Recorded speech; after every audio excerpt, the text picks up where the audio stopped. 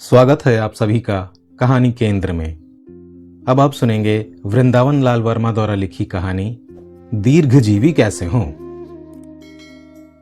6वीं शताब्दी अपने चौथे पहर में थी। थानेश्वर का राजा प्रभाकर वर्धन था, कन्नौज के विख्यात हर्षवर्धन का पिता। तुर्किस्तान के कुछ सरदारों ने सुन रखा था कि कुछ समय पहले जालंधर का राजा 250 वर्ष की आयु तक जिया था। प्रभाकर वर्धन का यश मध्य एशिया तक फैल गया था। तुर्किस्तान के उन सरदारों ने प्रभाकर वर्धन को एक पत्र लिखा। पत्र उनके दूत लाए। दूतों के साथ तुर्कों का एक छोटा सा दल भी आया। पत्र में तुर्की सरदारों ने जो कुछ लिखा था उसका सार एक प्रश्न में रखा जा सकता है, हम दीर्घजीवी कैसे हों। तुर्की के सरदारों ने सुन रखा था कि हिंद में कुछ ऐसी औषधियां हैं जिनके उपयोग से यहां के राजा बड़ी लंबी आयु पा जाते हैं। पत्र में उन औषधियों को भिजवाने और विस्तार के साथ सेवन विधि बतलाने की भी प्रार्थना थी। प्रभाकर वर्धन ने दूतों और उनके साथियों का आदर सत्कार किया और दूसरे दिन दूतों से कहा, हमारे यहां बड़ी बातों के करने के पहले मुहूर्त देखा भाला जाता है।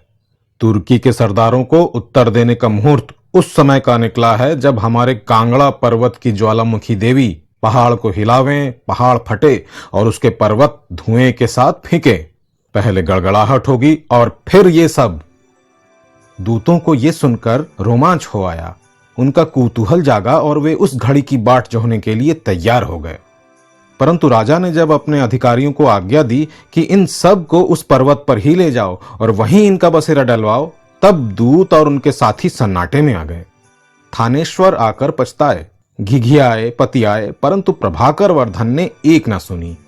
आप लोगों को हमारा उत्तर अपने सरदारों के पास ले जाना ही पड़ेगा। डरिए मत, परमात्मा से अपने कुशल की प्रार्थना करते रहिए। तुर्की दल को प्रभाकर वर्धन के अधिकारियों के साथ जाना पड़ा। प्रभाकर वर्धन ने अपने अधिकारियों को अकेले में आज्ञा दी, इन लोगों को ज्वालामुखी से कुछ दूरी पर बसेरा देना, इतनी दूरी पर कि देख सुन तो ये सब सकें, परंतु किसी भी आग, धुआं और फीके हुए पत्थर के संकट में न पड़ जाएं। जब अधिकारियों के साथ तुर्क कांगड़ा पर्वत की पहाड़ियों की एक दून में डेरा डालने के लिए पहुंचे, तब उस स्थान को देखकर घबरा गए। उन्होंने अपने देश में बड़े बड़े पहाड़ और बीहड़ देखे थे, पर यहां तो आग और पत्थर उगलने वाला ज्वालामुखी था, काटो तो खून नहीं।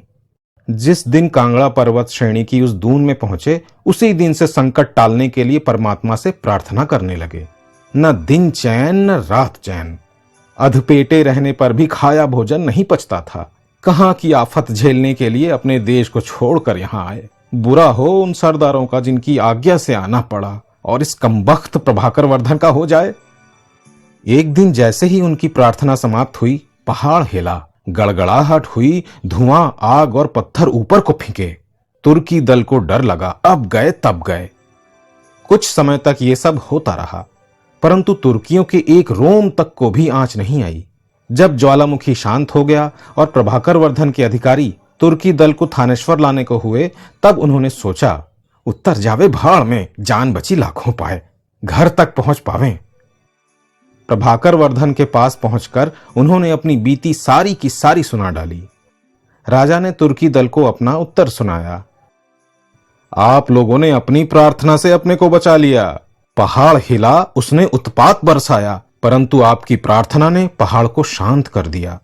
यदि आप लोग प्रार्थना पर प्रार्थना ना करते रहते तो न मालूम कितने समय तक वहां पड़े रहना पड़ता। हमारी आपकी सुनकर पहाड़ ने फटकर मुहूर्त को इतनी जल्दी सामने ला खड़ा किया। आपके तुर्की सरदार अत्याचार और प्रजापीड़न करते हैं, इस कारण जनता उनके सत्यानाश के लिए परमात्मा से प्रार्थना करती रहती है। जनता की इस प्रार्थना को परमात्मा कभी नहीं टालते। अत्याचारी शासकों का नाश होकर रहता है। जिन लोगों के हाथ में सत्ता हो, चाहे वे छोटे हों या बड़े, उनका कर्तव्य है कि न्याय और परोपकार के मार्ग पर चलें, जिससे निर्बल, निस्सहाय और दीनहीन जन प्रबल और संपन्न हो, कानून की उन्हें रक्षा मिले।